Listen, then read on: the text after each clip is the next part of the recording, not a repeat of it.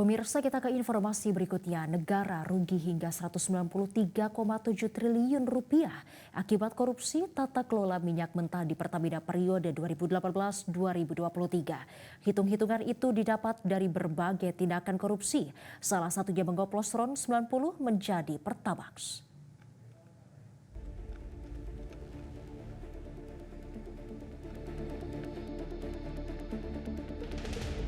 Operasional dari SPBU ini akan langsung diambil alih oleh Pertamina. Video ini diunggah di Instagram Pertamina Patraniaga 21 Februari lalu yang menunjukkan dirutnya Rifa Siahaan bicara soal kecurangan di SPBU. 3 hari kemudian terungkap Rifa melakukan berbagai kecurangan sehingga ditetapkan sebagai tersangka oleh Kejaksaan Agung dalam kasus korupsi tata kelola minyak mentah di PT Pertamina 2018-2023. Rifa ditetapkan sebagai tersangka bersama 6 orang lainnya. Mereka adalah para petinggi di PT Kilang Pertamina International dan PT Pertamina International Shipping. Sedangkan dari pihak swasta adalah petinggi di PT Navigator Katulistiwa, PT Jenggala Maritim dan PT Orbit Terminal Merak. Modus korupsi adalah dengan sengaja menurunkan produksi kilang dalam negeri bahkan menolak produksi minyak mentah dalam negeri oleh kontraktor dengan alasan tidak sesuai spesifikasi kilang minyak. Serta mengimpor minyak dengan pemufakatan jahat antara penyelenggara negara dengan daftar mitra usaha terseleksi atau DEMUT alias broker.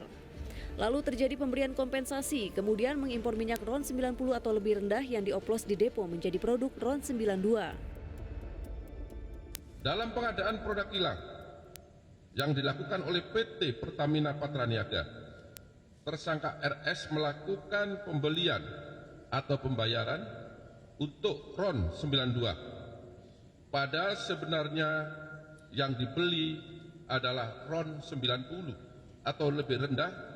Kemudian dilakukan blending di depo untuk menjadi RON 92 dan hal tersebut tidak diperbolehkan atau bertentangan dengan ketentuan yang ada.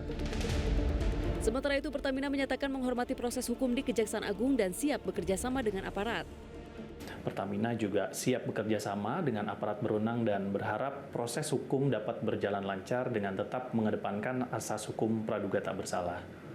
Di tengah proses tersebut, Pertamina memastikan bahwa layanan distribusi energi kepada masyarakat di seluruh Indonesia tetap berjalan lancar. Dalam kasus ini, Kejagung juga menggeledah rumah tersangka Dimas Werhaspati dan menemukan uang pecahan dolar Singapura, dolar Amerika Serikat, dan rupiah senilai 400 juta rupiah. Sementara total kerugian negara akibat kasus ini mencapai 193,7 triliun rupiah. Tim Liputan, Metro TV. Jelajahi cara baru mendapatkan informasi. Download Metro TV Extend sekarang.